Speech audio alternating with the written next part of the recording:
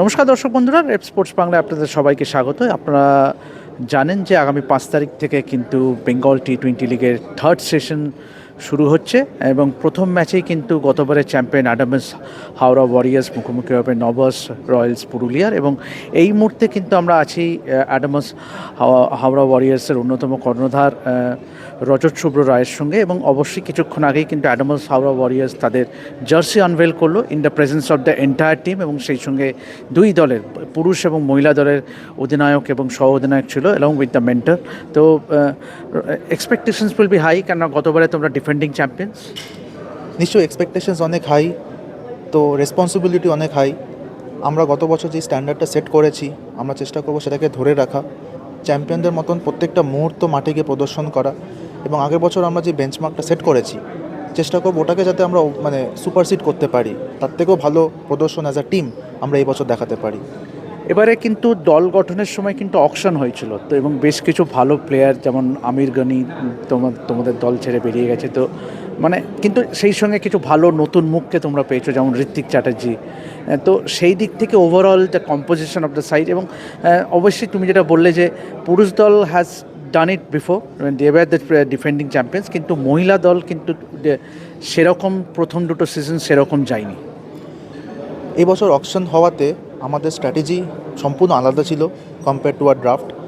আমাদের উদ্দেশ্য এটাই ছিল যে আমরা খুব নামকে সামনে রেখে টিম তৈরি করব না, রাদার একটা কম্বিনেশনকে মাথায় রেখে টিম তৈরি করব, একটা ইউটিলিটি টিম তৈরি করব, যাতে বিভিন্ন ম্যাচ সিচুয়েশনে কেউ একজন এসে তার স্কিল সেট নিয়ে কন্ট্রিবিউট করে ম্যাচটাকে বার করতে পারে। তো সেই হিসাবে আমরা অকশনটাকে অ্যাপ্রোচ করেছিলাম, এবং গত বছরের আমাদের প্রায় 5-6 জন প্লেয়ার আবার আমরা ফিরে পেয়েছি। আরও বেশি হলে ভালো হতো, আমাদের ইচ্ছা ছিল পুরো চ্যাম্পিয়ন টিমটাকেই আবার ফেরত পাওয়ার, সেটা তো আর হয়ে ওঠে না। তো আমির গানি আমাদের গত বছরের উইনিং অধিনায়ক, ওকে আমরা ফিরে পাইনি, ওটা নিয়ে আনফর্চুনেট। এবং অনেক ভালো ভালো প্লেয়ার যাদেরকে আমরা ফিরে পেলে হয়তো টিমটা আরও বেটার হতো, বা আমরা হয়তো আগের বছরের টিমটাকে যেটা আমাদের জিতিয়েছিল সেটা পেলে আমরা অনেক সন্তুষ্ট হতাম।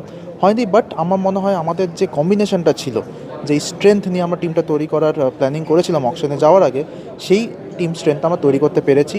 এবং খুবই আশাবাদী যে আগের বছরের থেকেও এই বছর এই টিমটা যেটা আমরা দাঁড় করিয়েছি অনেক বেটার পারফরমেন্স করবে। মেয়েদের টিম গত বছর ভালো ছিল, কিন্তু বিভিন্ন কারণে যেরকম বৃষ্টির মধ্যে আমাদের অনেকগুলো ম্যাচ হ্যাম্পার হয়ে গেছিলো, শর্টেন্ড হয়ে গেছিলো।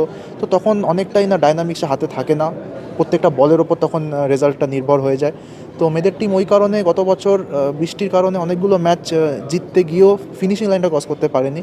তো এই বছর আশা করব যে মেয়েদের টিমটাও আমাদের এই বছর খুবই ভালো দাঁড়িয়েছে, অনেক এক্সপিরিয়েন্স অ্যাড হয়েছে, গত বছরের এক্সপিরিয়েন্স প্লেয়ারকেও আমরা ফেরত পেয়েছি অকশনে। তো আমি মেয়েদের টিমকে নিয়ে এই বছর খুব আশাবাদী। আরেকটা প্রশ্ন যে অবশ্যই হোয়াট ওয়াজ শাকিরকে তোমরা অধিনায়ক নির্বাচিত করেছো, অঙ্কিতাকে মহিলা দলের। তো do you think that that leadership has been given to the perfect candidate? Absolutely, if you look at last 3 years ধরে শাকির আমাদের টিমে আছে, ডে 1 থেকে আমাদের টিমে আছে। তো ও আমাদের টিমের কালচার, আমাদের টিমের ব্যবহার, আমাদের টিমের প্রতি এক্সপেকটেশন এবং আমাদের টিমের আবহাওয়া, ও ডে 1 থেকে ওটাকে ফিল করেছে। এবং ওকে যখনই দেখেছি মাঠে গিয়ে টিমের জন্য লড়াই করতে, ও আমাদের একদম মন প্রাণ খুলে ও টিমের জন্য লড়াই করে, অনেকগুলো ম্যাচ আমাদের জিতিয়েছে। গত বছর আমাদের চ্যাম্পিয়ন টিমেরও ভাইস ক্যাপ্টেন ছিল। তো আমাদের এবার সবাই মিলে, কোচেরা মিলে, ম্যানেজমেন্ট মিলে মনে হয়েছে he is the perfect candidate to now take over the leadership and take this team to the next stage of glory.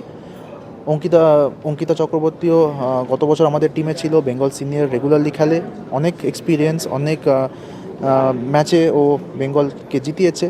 ওই এক্সপিরিয়েন্সটা আমার মনে হয় আমাদের টিমে এবার লিডারশিপ হিসেবে কাজে দেবে। ফাইনাল কোশ্চেন, অবশ্যই জার্সি ডিজাইন নিয়ে যদি একটু বলো, what was the thinking behind, কারোর থেকে হু ডিজাইন দ্য জার্সি, বা একটু যদি ডিটেলে বলো। আমাদের জার্সি আমাদের নিজেদের ক্রিয়েটিভ টিমই ডিজাইন করেছে। আমাদের যে ব্র্যান্ডের কালার, আপনারা যদি রাইস অ্যাডামাস গ্রুপের যে ব্র্যান্ড কালারটা দেখেন, আমরা সেই ব্র্যান্ড গাইডলাইনটাকে মাথায় রেখে জার্সিটাকে ডিজাইন করেছি, এবং একটু ইউনিক কিছু করার চেষ্টা করেছি, খুব নর্মাল ব্র্যান্ডের থেকে একটু আধুনিক কিছু করার চেষ্টা করেছি, যেটা লোকে চোখে পড়বে, প্লেয়াররাও জার্সিটা পরে এনজয় করবে, দর্শকদের একটা অ্যাটেনশন কাড়বে। তো সেটাকে মাথায় রেখে আমরা জার্সিটা ডিজাইন করেছি, এবং আশা করছি সবাই আজকে জার্সিটা দেখে পছন্দ করবে এবং মাঠে আমাদের খেলা দেখতে আসবে আমাদের প্লেয়ারদের। পরশুদিন ইডেনে কি অ্যাডামাস হাওড়া ওয়ারিয়ার্সের অনেক সমর্থককে কি দেখতে পাওয়া যাবে? নিশ্চয়ই, আমাদের ইউনিভার্সিটি, স্কুল, ছাত্রছাত্রীরা যারা ক্রিকেট নিয়ে খুবই প্যাশনেট, আমরা তাদেরকে নিয়ে আসবো। আমাদের আডামাস ক্রিকেট একাডেমিতে এখন জানেন আমরা একাডেমি স্টার্ট করেছি। ওই একাডেমিতে যারা অ্যাসপায়ারিং ক্রিকেটার্স তাদেরকে নিয়ে আসবো, যাতে তারা অনুপ্রেরণা পায়, প্রফেশনাল টিম তাদের পারফরমেন্স দেখে তাদের সংঘর্ষে থাকলে তারাও বুঝতে পারবে যে প্রফেশনাল ক্রিকেটার হওয়ার জন্য জার্নিটা কীরকম, ম্যাচের মধ্যে কীরকম হয়। তো এদের আশা করছি এরা এসে আমাদেরকে সমর্থন করবে। তো আপনারা শুনলেন যে রজতের মুখ থেকে যে অবশ্যই সে come the 5th of June Eden গার্ডেন্সে প্রথম match, inaugural match of Bengal T20 season 3, সেদিনে কিন্তু প্রচুর কিন্তু অ্যাডামাস হাওড়া ওয়ারিয়ার্সের স্টুডেন্টস কিন্তু ইডেনে গলা ফাটাতে হাজির থাকবে। আশা করব Adamas Howrah warriors defending champion kick start day campaign on winning note. তো এভাবেই দেখতে থাকুন রেপ স্পোর্টস বাংলা, এবং অবশ্যই বেঙ্গল T20 লিগ জুড়ে যাবতীয় খবরের আপডেট পেতে অবশ্যই চোখ রাখুন আমাদের চ্যানেলে। আমি দেবাশিস আপাতত সাইন অফ করছি, দেখা হবে পরবর্তী ভিডিওতে। কিন্তু আমি আছি অন্যতম director of Adamas Howrah warriors, in fact owner doctor Samit রয়ের সঙ্গে। সমিতবাবু, আপনি সুন্দর একটা স্পিচ দিলেন, যে আপনি বললেন যে চ্যাম্পিয়ন হওয়াটা সহজ, but to maintain the championship is difficult. তো এই বছরটা কতটা কঠিন হবে অ্যাডামাস ওয়ারিয়ার্সের জন্য? নিশ্চয়ই এবার হচ্ছে কোয়ালিটি প্লেয়াররা দিন দিন কি হচ্ছে কম্পিটিটিভ মাইন্ডের হচ্ছে। যে কোনো যখন টুর্নামেন্ট আরম্ভ হয় তখন কিন্তু টুর্নামেন্ট 2-3 বছর যখন যাবে, প্লেয়ারদের মধ্যে আরও শার্পনেস ডেভেলপমেন্ট হয় এবং তারা আস্তে আস্তে কমিটেড এবং তারা ভীষণভাবে লয়াল এবং ডেডিকেটেড হয়। এই সামগ্রিকভাবে এই পুরো জিনিসটাই কিন্তু যে কোনো কম্পিটিশান যত পুরনো হয় তত বেশি কী হচ্ছে তার শার্পনেস এবং ডেপথ বাড়ে। এবং সেই দিক থেকে এই যে বেঙ্গল T20 এটাও কিন্তু সেই দিকেই এগোচ্ছে। আপনার কি মনে হয় যে বেঙ্গল T20 যে লিগটা, এটা আখেরে কিন্তু বেঙ্গল ক্রিকেটের জন্য একটা খুব ভালো দিক একটা, মানে it opens up new avenues for upcoming young talents, কেননা ম্যাচগুলো টেলিভাইজড হবে জিও হটস্টারে। How do see this Bengal T20 league as a platform? না, এ ব্যাপারে কোনো সংশয় নেই। এটা ভীষণভাবে সাহায্য করবে আমাদের প্লেয়ারদের ন্যাশনাল লেভেলে পৌঁছানোর জন্য। কারণ এরকম হাই কম্পিটিশান এবং 15 থেকে 20 দিনের মধ্যে টুর্নামেন্ট শেষ হওয়া, তারপরে ইডেনের মতো মাঠে সবাই খেলতে সুযোগ পাওয়া এবং আর্থিক দিক থেকেও তারা আস্তে আস্তে বেনিফিটেড হচ্ছে। এবছর তো রীতিমতো প্লেয়ারদের অকশান করে নেওয়া হলো। তাহলে এই যে অকশান, এগুলো সব ইন্সপিরেশন হিসেবে কাজ করবে, সোর্স অফ ইন্সপিরেশন, এবং তখনই কিন্তু প্লেয়াররা অনেক বেশি ডেডিকেটেড এবং অনেক বেশি ইনভলভ হয়ে তারা প্র্যাকটিস করবে। অবশ্যই আগামী দিনে আমি নিজে ভিজিট করেছিলাম অ্যাডামাস ইউনিভার্সিটি, আপনাদের ইনফ্রাস্ট্রাকচার দেখলাম, ইট ওয়াজ ভেরি ইমপ্রেসিভ। এই 8টা ফ্র্যাঞ্চাইজির মধ্যে Adamas Howrah Warriors happens to be perhaps the one যাদের এরকম ইনফ্রাস্ট্রাকচার এবং খেলাধুলা নিয়ে আপনার আগ্রহ, আপনার প্যাশন। একটু যদি বলেন আগামী দিনে আপনার কি পরিকল্পনা আছে? অবভিয়াসলি ক্রিকেট তো আছেই, সেই সঙ্গে ফুটবল বা অন্যান্য খেলাধুলা। If you can talk us about your vision. না, এ ব্যাপারে কোনো সংশয় নেই যে পশ্চিমবঙ্গ থেকে ইউনিভার্সিটি লেভেলে যত ভালো আমরা পারফরমেন্স করেছি, এটা কিন্তু সারা ভারতবর্ষে খুব দৃষ্টি আকর্ষণ করেছে। এবং অ্যাজ এ ইয়াং ইউনিভার্সিটি যেভাবে আমরা সারা ভারতবর্ষে ডমিনেট করা, লাস্ট 2 বছর আমরা ইউনিভার্সিটি চ্যাম্পিয়ন আমরা ফুটবলে, ঠিক সেই রকমভাবে খেলো India 13th rank and then 16th rank. এবং নেক্সট হচ্ছে আমাদের লক্ষ্য হচ্ছে খেলো ইন্ডিয়ায় প্রথম 10টি টিমের মধ্যে চলে আসা, প্রথম 10টি বিশ্ববিদ্যালয়ের মধ্যে চলে আসা।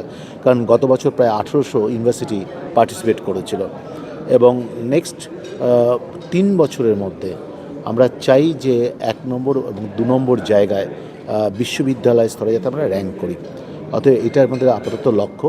আরেকটা লক্ষ্য হচ্ছে একেবারে স্কুল লেভেল থেকে ছেলেমেয়েরা এখানে পড়তে আসবে 6-7 বছর বয়স থেকে, তারপরে এখানে খেলবে, কোচরা থাকবে, আস্তে আস্তে তারা ক্লাস 10 ক্লাস 12 পাস করবে, তারপরে তারা ইউনিভার্সিটিতেও পড়াশোনা করবে এবং ইউনিভার্সিটি লেভেলের সমস্ত টুর্নামেন্টে খেলাধুলা করতে পারবে। এটা একটা সার্বিক যদি আমরা, কারণ পশ্চিমবঙ্গে অনেক ট্যালেন্ট আছে, কিন্তু যেটা হচ্ছে না সেটা হচ্ছে কন্টিনিউয়েশন। বিভিন্ন রকম আর্থিক চাপ থাকে, তারপরে ভালো কোচ পাওয়া যায় না। সেটাকে আমরা কীভাবে ডেভেলপ করতে পারি সেটাই কিন্তু আমাদের লক্ষ্য।